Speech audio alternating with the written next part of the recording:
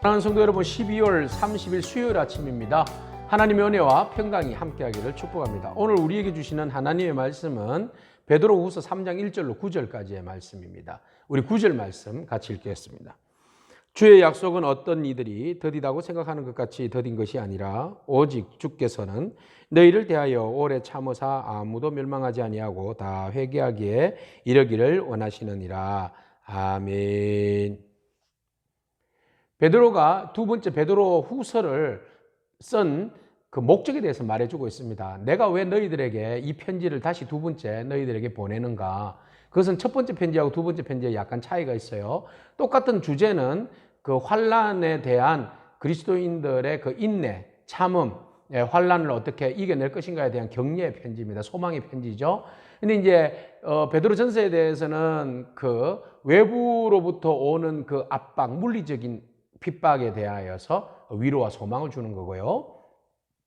베드로후서는 내부적인 그 적들, 바로 이단들, 거짓 선지자들, 거짓 교사들에 의해 가지고 기독교의 진리가 굉장히 그 위협을 받는 그런 상황에서 진리 안에서 바로 설 것을 말하고 또 성적으로 굉장히 타락한 것을 강조하는 그들의 삶을 지적하면서 우리는 순결하고 거룩하게 마지막 때를 기다려야 한다. 그렇게 이제 강조하고 있습니다. 그래서 베드로는 말합니다.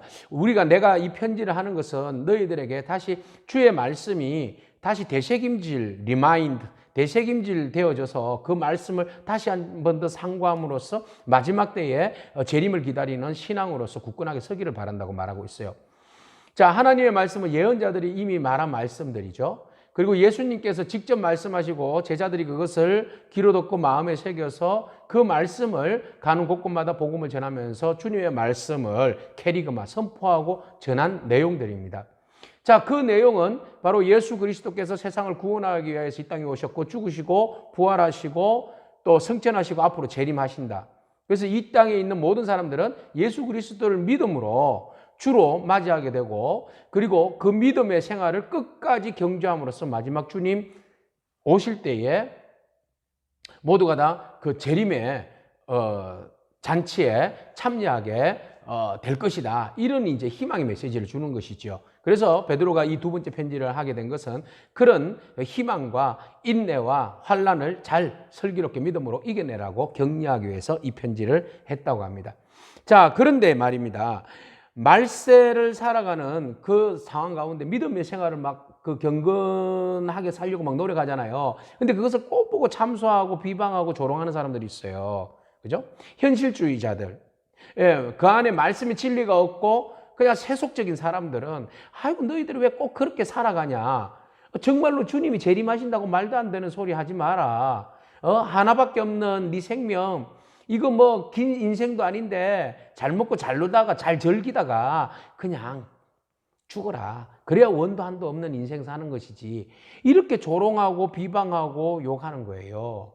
그러면서 하나님이 세상을 창조하셨는데 창조 이후로 아무 일 없잖아. 지금 이렇게 살아가잖아. 라고 애써 무엇을 부인하는 겁니까? 노아 홍수를 부인하는 거예요. 그래서 베드로는 말합니다. 그들은 하나님이 천지를 창조하신 것과 하나님이 말씀으로 창조하시고 하나님이 언제든지 물로 심판하듯이 세상을 심판하실 것에 대하여서 애써 부정하는 사람들이다.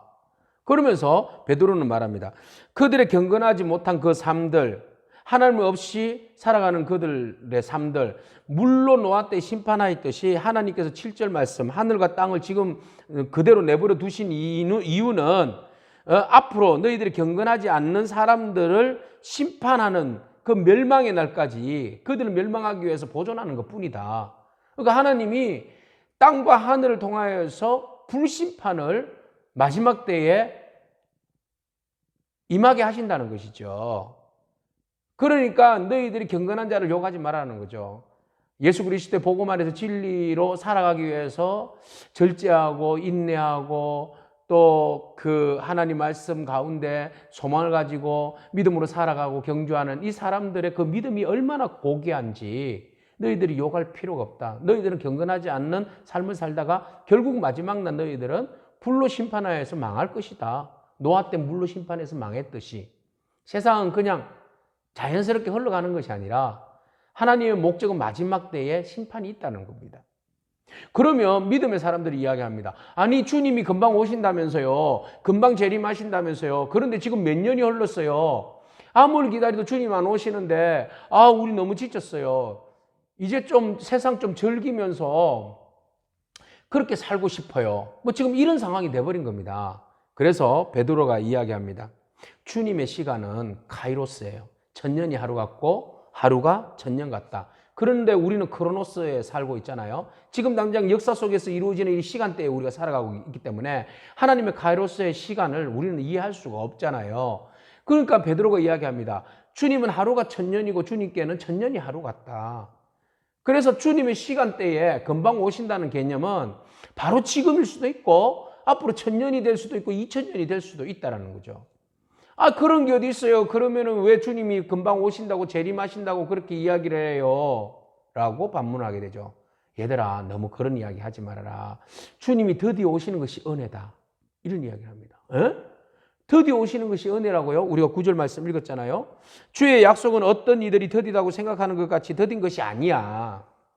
오직 주께서는 너희를 대하여 오래 참으사 아무도 멸망하지 아니하고 다 회개하기에 이르기를 원하시느니라. 여기에 초점이 있구나. 할렐루야. 주님이 드디어 오시는 이유가 여기 있어요. 모든 사람들이 한 사람도 받기를 원치 않는 것이 하나님의 마음이에요. 그래서 모든 사람들이 예수 그리스도를 영접하고 회개함으로써 멸망을 피하고 생명으로 나아갈 수 있기를 하나님 원하신다는 거죠.